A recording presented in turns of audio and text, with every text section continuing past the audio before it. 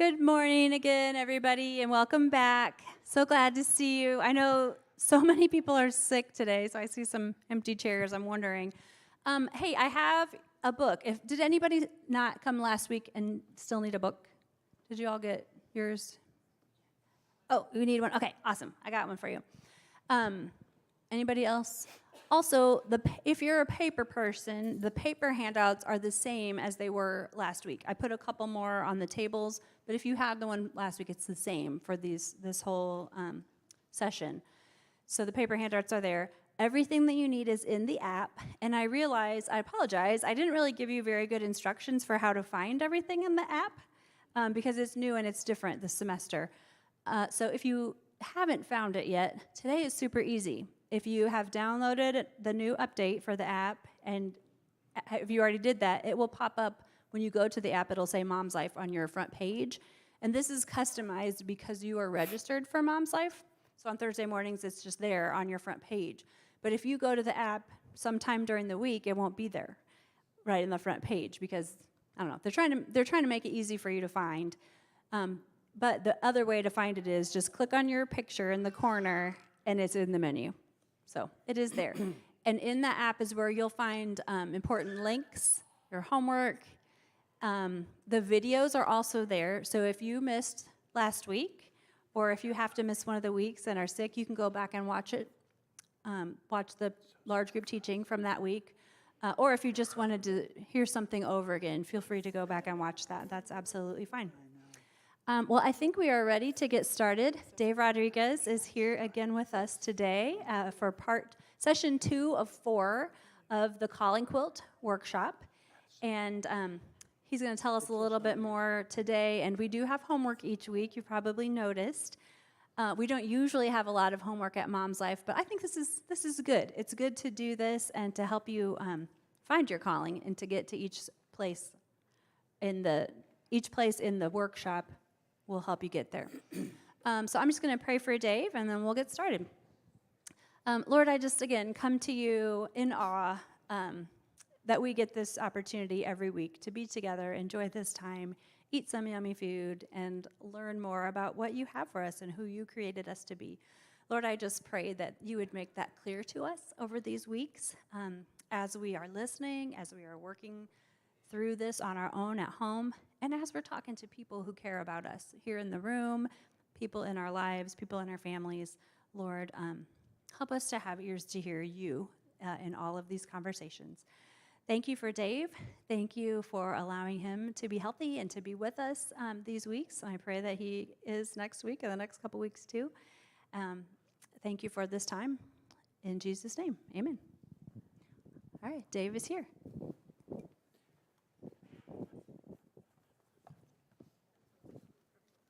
So he was sitting right about here in the room.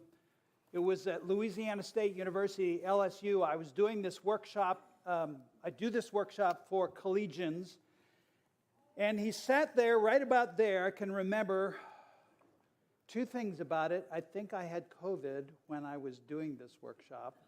I remember that because it was 2020 when I was doing it, right before it all went down. But anyway, he was sitting there like this, like say something, because he was a boy, a college-age boy.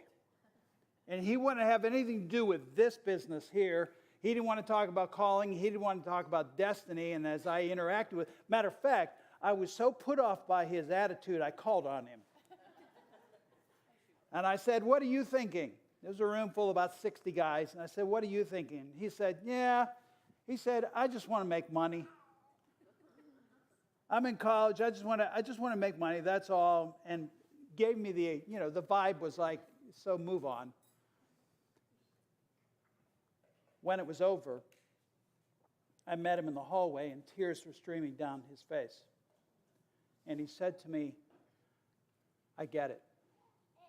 And he proceeded to tell me about a person from his life story who had deeply impacted him, and he realized sitting there how much she informed his calling in the world.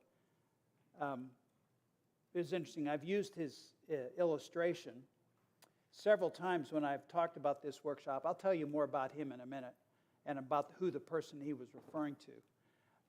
But I was doing this workshop at a national conference of these guys, and I told the story, and then I found out he was in the room, and I thought, oh my word, did I get the story right? And I walked out into the hallway, and he was beaming. He said, you got the story right, and it did change my life. I'll tell you about his story because today we're going to talk for you. We're going to help you understand who are the people, the things, the situations, the stuff that you've experienced in life that actually inform your calling.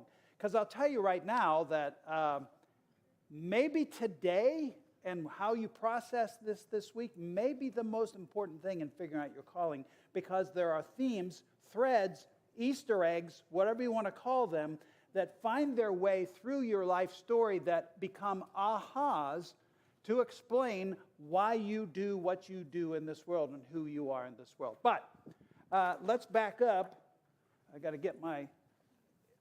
This is the bottom line. If you don't hear anything else over the next 3 weeks, please hear this, that you were built to count as water is made to run downhill. You were placed in a context, specific context, your own context that is unique to anybody else. This is your destiny. Nobody has your calling. It may sound like you may share a calling with somebody else, but it will only play itself out specifically because of who you are in this world. But let me back up a bit.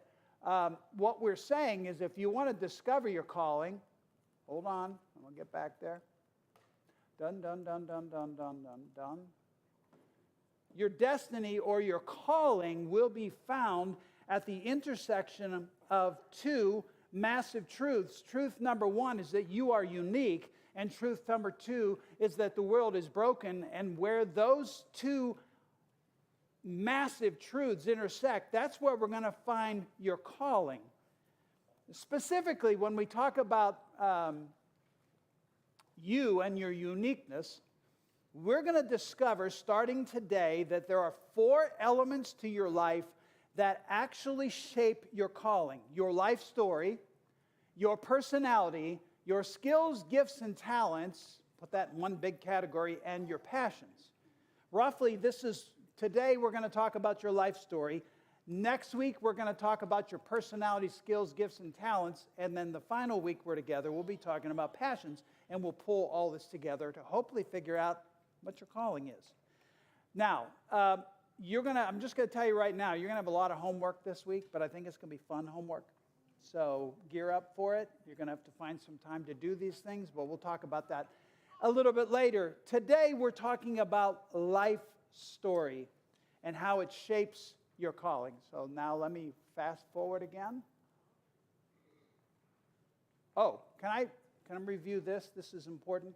Because at the end of the day, what we want to figure out is how does your calling intersect, not just with your career, let's call it with your life. How does your calling intersect? Is your calling and career, are they going to be unrelated? This thing that you can't help yourself doing, that's your calling, this most ancient thing about you, does it intersect with, is it unrelated to the career or job that you're in? Is it integrated with the job or career that you're involved in? Or are your calling and career, it's just envelops all of who you are. It's identical to your career. Which is going to be true? You can't probably figure that out today, but in time you will. And the way we're going to do this is we are going to start to capture your life story on your calling quilt. Now, I brought this along because not only do we do this workshop for groups, but we do this for individuals. This was the calling quilt of a young lady who lived in London, England, who was from Nepal, and I've taken her name off of here. But if this will be here, if you want to come up and look specifically at this and ask me questions about it, it won't divulge anything private about her, but it might be helpful for you to see. You can ask me what those red dots mean, which I'll explain to you later. If you want to see somebody else's calling quilt, we're going to start creating yours, but let me just say right up front, yours probably won't look as detailed as this. This is from 2.5 hours, me sitting on a Zoom call. She's in London and I'm here in Indianapolis. This was from a private coaching session. You probably won't look as detailed as this, but who knows? We'll see how much work you get to do with your calling quill. That's what we're shooting for. Let's talk about life story. I love this old Quaker saying, and by the way, if you want to, turn to page. Let's get the page right here. 9, okay. Page 9, everybody, if you want to take notes. There are key factors in your life story. There are positive people, negative people, positive life circumstances, negative life circumstances, and then what I call influential communities, groups that have an influence on your life. Positive people that are family members, mentors, coaches, teachers, leaders, co-workers, friends who have had such a profound impact on your life that it shapes how you will go about it. Let me ask you, let's do a little audience participation. You help me out here. How can a positive person, the way I'm describing it, actually shape your calling? How can a positive person who has influenced you deeply shape your calling? Go ahead. So a person who has a positive influence in your life might say something that helps you understand a concept in a deep way that can change your whole perspective. Yeah, so a positive person can actually, by their encouragement and what they speak into your life, actually shape the direction of your life. Yes. Another way that a positive person can shape your calling. Yes. Teaching you things or exposing you to things. Like I had a Sunday school teacher as a kid who took us to serve at a food pantry or at a homeless shelter, and that opened my eyes to need that was out there. So some revelation they bring into your life. Okay, yes, somebody back there. A positive person can be a model for what you aspire to do. Yep, absolutely. So you look at that person and you want to be like that person. So let me go back to arms folded dude who didn't want to have anything to do with this conversation. And in the middle of the workshop, he realized what his grandma had done for him. He was from Venezuela. His grandmother sacrificed so much of her life to be able to give him the opportunity to move to the United States, to go to LSU, and begin to shape the rest of his life. And he realized that sacrifice, as he was sitting there thinking about his life story, he realized that that was how she lived her life. Everything she did was for the other. And she invested her whole life on making sure that other people's lives could flourish. And he looked at me with tears pouring down his face, and he said, "Don't get me wrong, I still want to make a lot of money. But I understand now, because of my grandma, that I want to live life the way she did. And as I make money, I want it to use for other people, for them to flourish." So he used his grandma became the catalyst for his calling. Now, real quickly, we don't have time to do a lot of these. Can any of you in this room think of a positive person in your life that has shaped you so powerfully that probably has influenced how you approach the world? Go ahead, Linda. Can you stand and say this? When we lived in the Philippines, when we first got married, I was young. I was 26 years old, and there was a woman that said, "You will not be like these other expatriate wives and sit around and play bridge all day. You're coming with me." And she took me to orphanages, and she took me to old folks' homes. And she is my one person in my life that shaped who I am, that showed what it was to care for others. I knew how to volunteer. I didn't know how to put others before myself. And Beautiful. yeah, Beautiful. unbelievable. That's a powerful influence. Now, if we had more time, I would open up the floor and let as many of you share as we could, but you can do this in your small groups. We just don't have the time to do that. So positive people can shape you by what they say into your life. They can by what they cause you to experience, and they can model for you a calling that you want to adopt for yourself. Now, let's talk about negative people. Help me out here. How can a negative person, let me answer this question. Can a person be both positive and negative? Yes. Yes, okay. How can a negative person, watch this, how can a negative person shape your calling? Help me out. I understand a concept called People can be a South Star in your life. It's a term I've got from Rob Bell. He says if a person is a South Star, they do something in a way that you don't want to do it. Yeah, it's like, I will not live my life that they're like the anti-example. All right? Somebody else. How can a negative person shape your calling positively? My father said all kinds of hateful and mean things about women being only trinkets and having one purpose only, and that I didn't measure up, and that most of us were defective except those that he deemed okay. Yeah. That took a while. Yep. I think I'm beautiful now. Thank you very much. Yes, sometimes the negative person can help develop in you, I'll show you.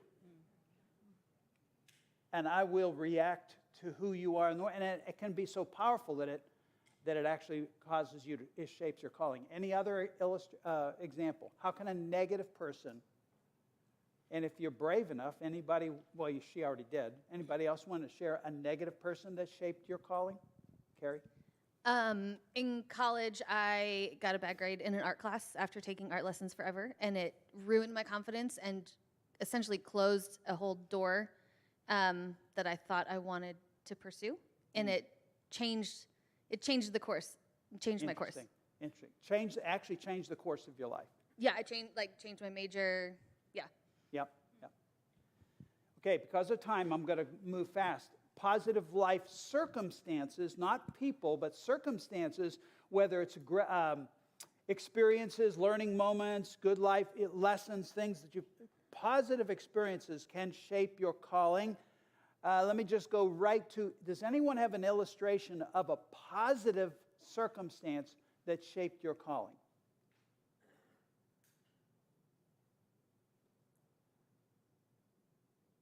Can I give you an illustration?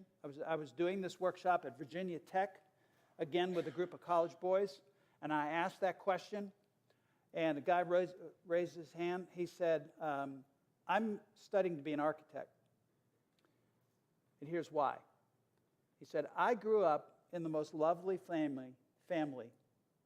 Our home was the center of our life. Every time I think of our home, it gives me joy. He grew up with brothers and sisters and mom and dad who loved him. There was nothing wrong with his life in that sense. It was all beautiful. So watch this. He said, I determined that I want to design and build, watch this. This is a college boy. I want to design and build houses that become homes. And he said, that's what drives me. Because I have a vision from my life that I want to help other people replicate. See, so a positive circumstance can shape you. Now let's, on the other end of the spectrum, negative circumstances can shape things that you go through that sometimes are just so awful that it shapes your calling in the world. Can somebody help me understand how that happens? How can something so awful become something so positive? Yes? Negative experiences are often places where you can grow. You can learn about yourself as you reflect on them and process them and move forward. Like you can learn maybe different ways you need to act or how you respond to people or how you can build relationships. Like it can just prove how you go about the world too. Absolutely. As you reflect on them. Especially if you're willing to allow it to shape you that way. Because a lot of people aren't open to think, how can this shape me? Yes. Yes, go ahead, back here. I don't have a lot of voice. I was divorced, and from that, I became a mentor to young women and other women that had to experience and give them a positive, more positive thoughts on it rather than negative. Yeah. Because I did go through the negative, but found Absolutely. out what's the positives. Yep, absolutely. There's a man who attends Grace here that grew up, he was a private client as well that I took through this process many years ago now. And he grew up in some of the worst poverty conditions that you can imagine. And it was a horrible thing that he and his sister went to school one day and they got let out of school early. The bus dropped them off, and when they both walked into their home, when they opened up the door, they were shocked to find what their parents were involved in. His whole life was tragic from start to finish, tragic in every way. Today, would it surprise you that he loves to work with young men and young women, and he has this radar about him that he can pick up the kids in the room who have experienced the worst in life. He comes alongside them, he understands them, and builds into his life. The most negative, heinous life that he lived has turned into a positive calling where he invests in young men. So all I want to tell you is that your life story, and then of course I should add this, there is one more thing, and that is there are influential groups and teams. It could be the church or your volleyball team, whatever it is, can influence you, and it can actually shape your calling. Now, I wish I had more time to go into detail, but what I want to do is I want to give you the chance. Hopefully you've done the homework, and most of the homework could be summarized on page 10, the questions about your life story. What I want you to do is to start to transfer that. I'm only going to give you 5 or 6 or 7 minutes to do this. Here are some examples of what it could look like on your calling quilt. You can also come up here, and I'll show you Shivani, that was her name. I will show you her life story, how it fit into her calling quilt. But I want you to start putting that on your calling quilt. And each one of these patches on your quilt will be a little piece of your life. It could be the person, but don't just put the person's name. The question you want to say, if you put my dad, right, who are you because of your dad?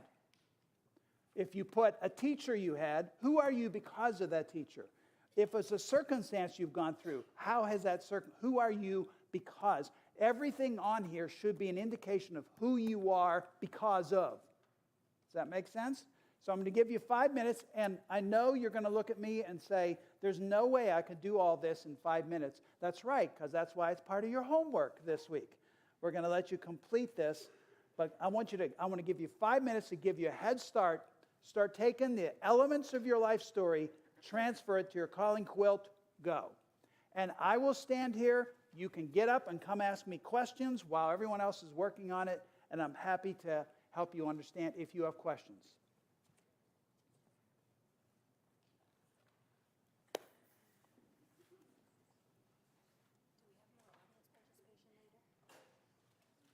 Maybe not. Yeah, sure.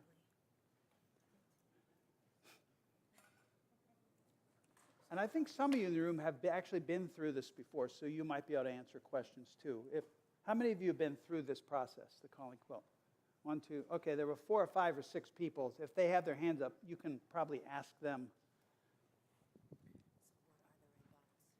I'm sorry? Well, the red dots, when I was working with her, when I work with private clients, I look for what I think are the key moments or the key elements of their life. And so then when we get to the end, I help them connect the dots. What is it about these? What is the theme that's running through these? So it's like the Easter eggs. We're looking for the Easter eggs that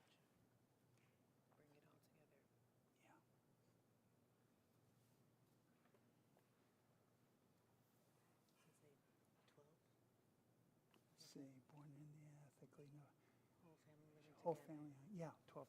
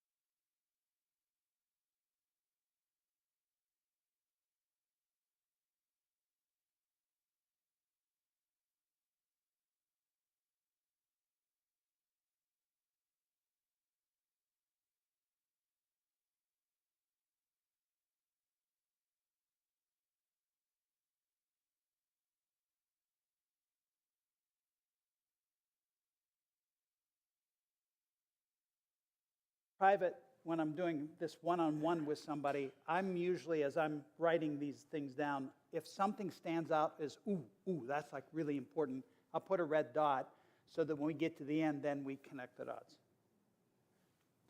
They're like little Easter eggs or themes.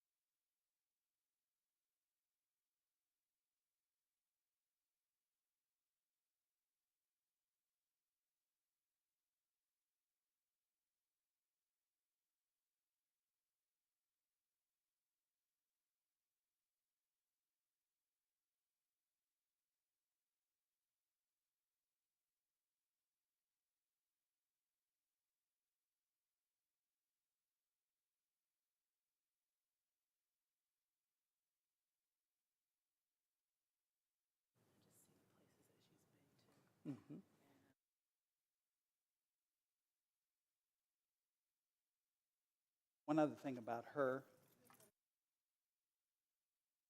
are unrelated.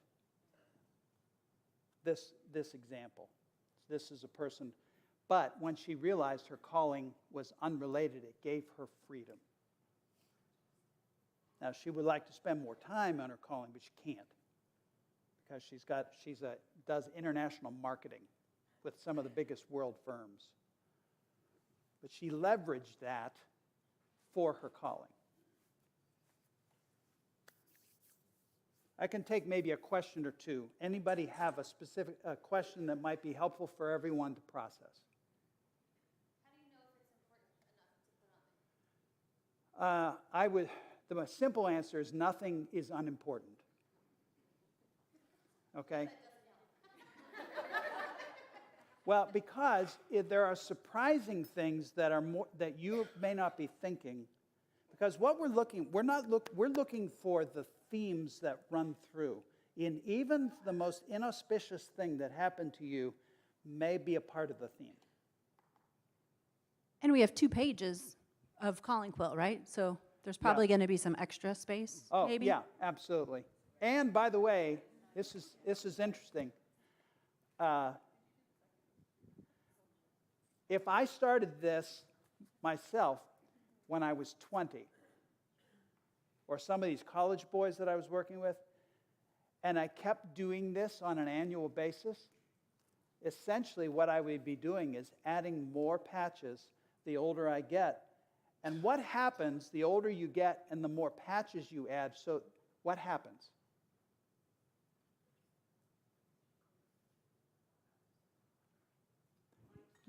Yeah, fine tuning, Mary Kay said. Your calling becomes more clear over time. Your calling becomes more clear over time because you have more data from your life. And for me, as I realized, as I, in essence, kept adding patches to my life, my calling became more specific. And as this is not just a one-shot deal. This is the process of a lifetime. And you keep doing this, and your calling gets more specific over time.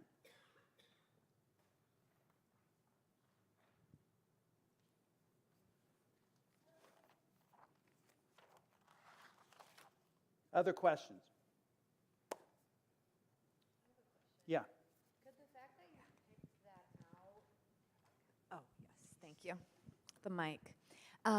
Could the fact that you picked it out be a sign regardless of like what happened? If that makes sense, so like Yes. the fact that I want to put this on my quilt, is that kind of a sign Yes. regardless of the details of it? Or- Yes, it's important. It was important enough for you to remember. And it's important. If you feel compelled emotionally, that needs to go there. That's telling you something.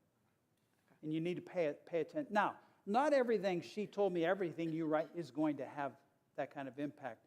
But I think it's better to err on, I'm going to put as much as I can on here and then step back and watch this. How many of you already, just this morning, have noticed a theme in your life? Okay, so you're already seeing. And the more you do that, the more data you compile, the better chances you'll see the theme. Now, the way you responded, the look on your face was like, yeah, I see the theme. Would you mind saying, you don't have to say what it is, but why did you have like you had a visceral response? My group, this is my second week. I'm new still, and I've already cried twice. Okay.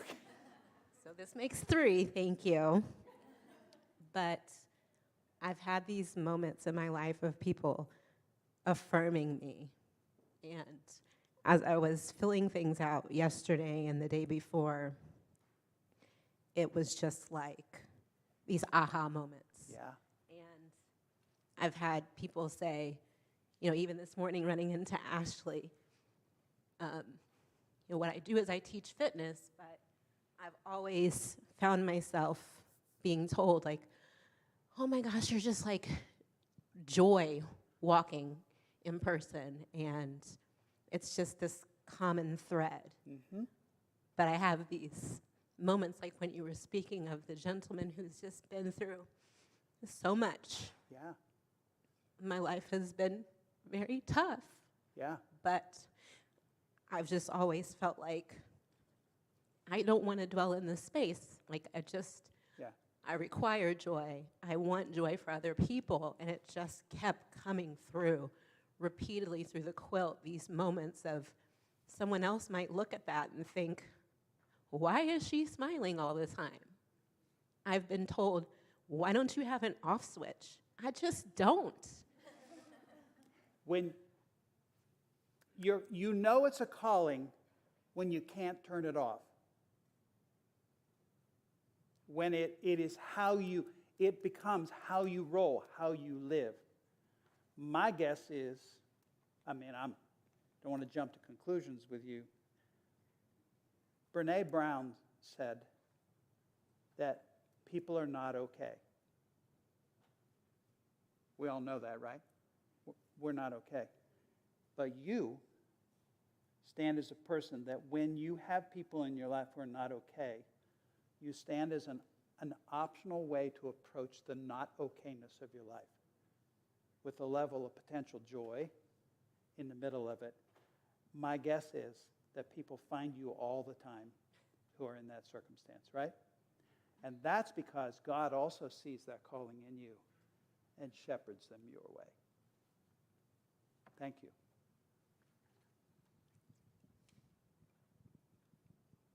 Apostle Paul said something very interesting. There's my paraphrase of what he said in 1 Corinthians. He said, I've been through a lot.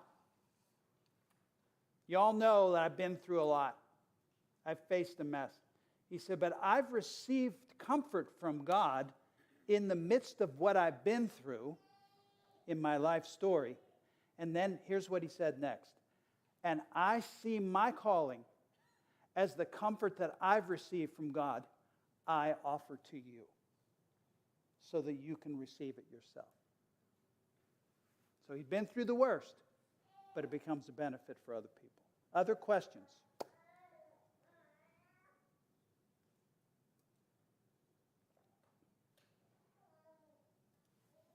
All right, let me wrap this up a couple of ways. We're going to send you in a small group. I'm going to give you your homework. You have 3 pieces of homework. The first is to complete this process. Take your life story data and transfer it to your calling quilt. Again, it may not look like this much, but work to transfer as much as you can about your life story to your calling quilt. That's number 1, because I'll tell you this again. The more you can record of your life, the good, the bad, the ugly, and the wondrous, the higher likelihood it will be that you will find the themes. Okay? That's one thing. Second thing is, I want you, you can either take the Enneagram test or some other test, or simply find a way to quantify the characteristics of your personality. The only reason why I choose the Enneagram, it's one of the best at actually summarizing, well, this is who you are. So take the Enneagram this week, or some other test, or at least just somehow write down the characteristics of your personality. Next week, we're going to transfer those to your calling quilt. Also, this is the fun thing. Find 3 people this week and ask them, what do you see in me? What are my skills? What are my gifts? And get them to write them out for you and bring that with you next week, and that will also be added to your calling quilt. So that at the end of next week, we'll have your life story on your calling quilt. We'll have characteristics of your person. And if you want to see hers, she's a 4-winged 3. So everywhere on Shivani's, there's a 4/3, and these are her personality characteristics, if you want to look at that later. And then we'll also, we wrote down what other people said about her, and we'll do that for you too. I'm going to remind you that I have a book here that essentially is where this workshop came out of this book. There's $10 if you want that. I'm happy to offer that to you. I'm going to send you an email. And in the email, I'm just going to review everything I'm telling you right now, because we also offer this as private coaching. I have 4 coaches that work with me. And either if you want to do this privately, we can do this privately with you. It costs something to do that privately. Or if you know somebody in your life right now, you're thinking of somebody, oh, he needs to go through this, or she needs to go through this. We'll be happy to offer that privately. We also have, I'll tell you more next week about a new coaching system we're offering called the Vitality Journey, where we walk individuals and groups through looking at the 6 core health factors of your life: emotional health, relational health, physical health, financial health, behavioral health, and vocational health. And we offer that in coaching and workshop as well. At any rate, I'll tell you more. And I have a newsletter, and we have a podcast I would love you to see called The Vitality Journey. And I'll tell you that in the email. But I'll let you go to your small groups and probably cry. I don't know. Probably. Sure. Yes. Do you have prompt questions to send to those 3 people, or do you have suggestions It's simple. I would.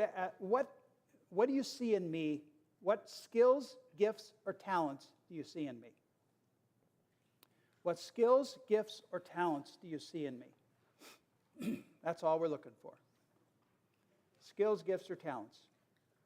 What 3 people do you recommend asking? Anybody that you think can answer those questions. Well, some people choose friends, some people choose relatives. Just think of people who probably know you well enough to be able to answer that question. Other questions? And by the way, I have cards here if you want to reach out to me. Cards, if you my email address on our website on here.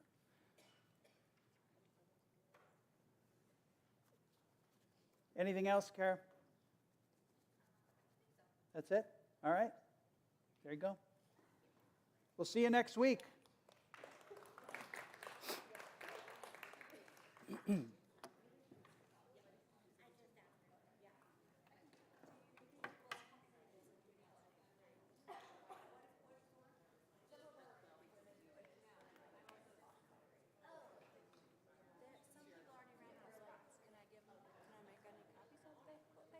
Make copies was great. I just had to ask. Yeah. I know it's copyrighted. Wow, you filled out both?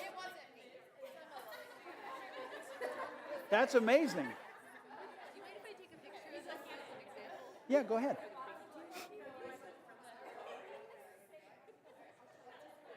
I would not, don't share it. Oh, of course not. Okay, No, yeah. I just thought I'd like look at it. Yeah, that's yeah, that's fine. But I won't share it. Yeah, that's fine.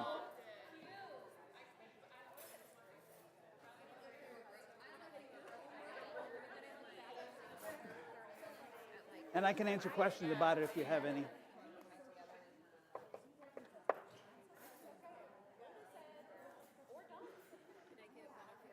Absolutely, yes. Thank you.